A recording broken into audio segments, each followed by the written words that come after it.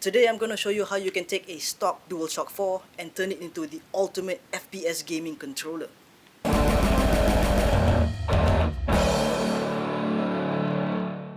What's up guys, Zami here and you're watching Heavy Metal Pump.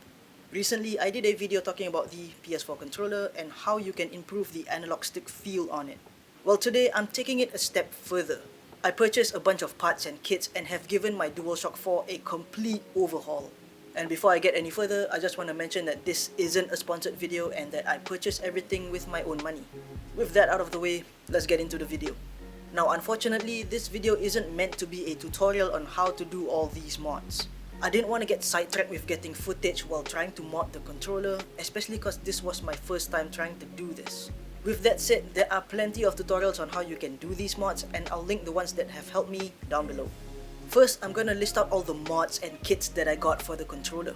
I got a white textured splatter faceplate, a Dawn 2.0 kit with a blue textured back shell, the flash shot hair trigger kit, white buttons and blue removable analog sticks from Extreme Raid, a 100-gram spring from XQ Gaming, and replacement analog modules and transparent blue buttons from AliExpress. I should also point out that my DualShock 4 is a Gen 2 model, so if you're gonna do these mods, make sure yours is one as well. To further disclose where I bought these parts, I got the front housing, Dawn remap kit and white buttons from Gaming Cobra, which is technically Extreme Raid. I got the hair trigger kit and blue analog sticks from Extreme Raid's AliExpress account, which for some reason was not listed on Gaming Cobra. The 100-gram spring was from XQ Gaming, and the analog modules and clear blue buttons were from random listings on AliExpress. Again, this isn't meant to be a tutorial, but I'm going to mention any issues that I faced when attempting the mod. Now, it goes without saying that you're gonna have to open up your DualShock 4, which if you've done it a couple of times is actually pretty easy. If it is your first time, however, I definitely recommend you watch a tutorial first on how to open up a DualShock 4 because there are certain things that you need to take note of. If you're doing a shell exchange as well, you pretty much just need the internals of the DualShock 4. The first thing I did was replace the ribbon cable from the main board with the one included in the hair trigger kit. It's a really simple procedure, just make sure you line it up accordingly and make sure that the switches for the triggers are well in place. The hair trigger kit also comes with the small plastic pieces that you need to fit into the shoulder and trigger buttons.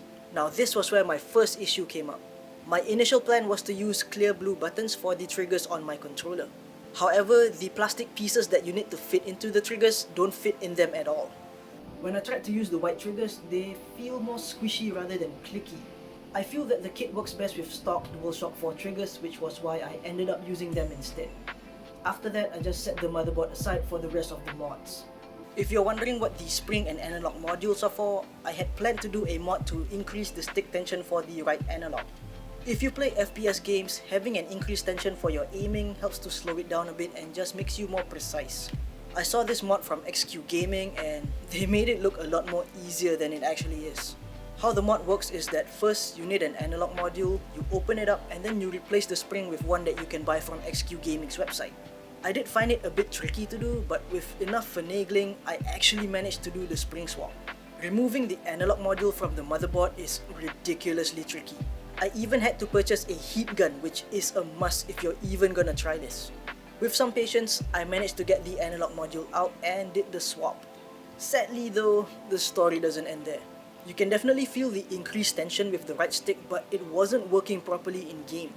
Essentially, I was facing stick drift with my right analog and it had a pretty significant dead zone.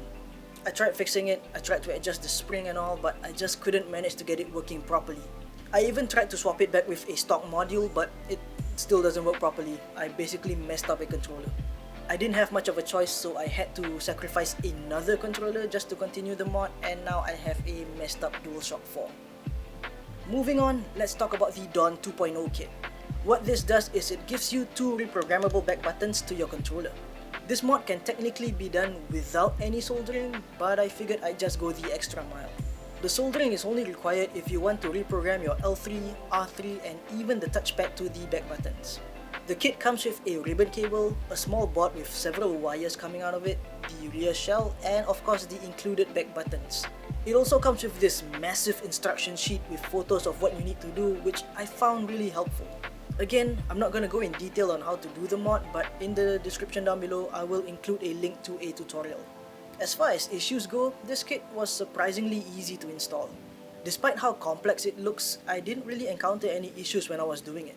Even if you go the extra mile to solder the 3 points, it doesn't take that much effort.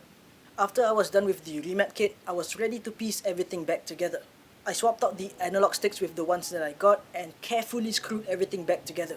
Now because of all the mods and kits that's currently in the controller, there's a lot of running pieces, so you're gonna have to be really careful when you piece it all back together. Time and patience is key, and just be very careful not to damage any of the ribbon cables. Just don't forget to reconnect the ribbon cables for the touchpad and the light bar, and also reconnect the battery. Also, when you close up the housing, just make sure that none of the wires are in the way. After that, just screw it all back in and you're pretty much done. When I was done and gave my controller a test run, I actually encountered one final problem. For some reason, it kept getting an input as if my touchpad was being pressed down. I went back and forth trying to figure it out, but turns out it's an issue with how tight everything is inside. Maybe it's the aftermarket shell, but if you screw it back together too tightly, it makes the touchpad sink in and it registers as a button press. Luckily, the remedy is pretty simple though. All I had to do was slightly loosen up the 2 top screws from the back housing. Just fine tune it until you can press the touchpad down normally without having the screws fall out. And with that, I was finally done modding my PS4 controller. I gave it a proper test run and everything works really good, and I was even able to remap the back button successfully as well. So now let's talk about how everything works and feels. Let's start with the analog sticks. I absolutely love how these analog sticks feel. First of all, they're swappable, so you can easily just swap it out for any stick height that you want. The kit comes with a concave and a convex grip style, and each grip style has 2 times of each stick height.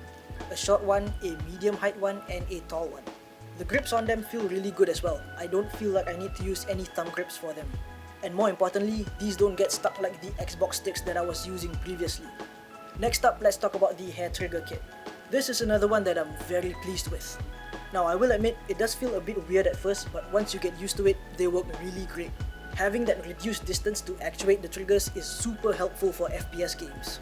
The split second it takes for you to fire your gun makes a huge difference. I will say though, if you plan to use this controller for more than just FPS games, racing games might give you an issue because you will probably need that full range of motion for the triggers. Now for the Dawn remap kit, I think this is another one that works really great as well. Remapping the buttons is a really simple process and it works great in game too. The rear buttons feel really clicky and they don't require that much pressure to actuate. Placement wise, I find that it's really perfect for my hands, but of course that can be subjective depending on the size of your hands. And about the cosmetic changes, I think everything feels great. Not only does it look good, but the textured splatter grip feels really good in hand as well. The front shell has this slightly matte feel to it, and the rear shell has a slightly rubbery feel to it. It does feel a little bit odd in comparison to a stock DualShock 4, but it doesn't affect how I play it and in fact can help those with sweaty palms. So to wrap this up, do I recommend this mod to others? Short answer is yes. Despite all the issues that I faced during the process, I think the end result well pays off. I'm still pretty annoyed with how the analog module turned out, but what are you gonna do? Aside from that, everything works as well as I'd hoped. This is probably just a placebo, but I actually feel like I'm playing Apex a lot better with this controller now. I've had the controller for about 2 months now and I can definitely see some improvements in my playing, not gonna lie. If you've always wanted a pro style controller but don't have the cash to splurge on a Battle Beaver or Evil modded controller, this is a much cheaper workaround that gets the job done. Of course, you get what you pay for when you buy from those companies, but this still does what I need it to do. Overall, I spent about 123 Singapore dollars for the parts and kits. That cost doesn't include the price of the controller and any tools that you might need, but it's still gonna cost much less than getting a pre-built modded controller. So yeah, I think that's about it. Hope you liked the video. Do leave a comment down below and let me know what you think of my modded DualShock 4 and whether you're thinking of tackling any of these mods yourself. Like, subscribe, all that YouTube nonsense, and I'll see you again soon. Thanks for watching.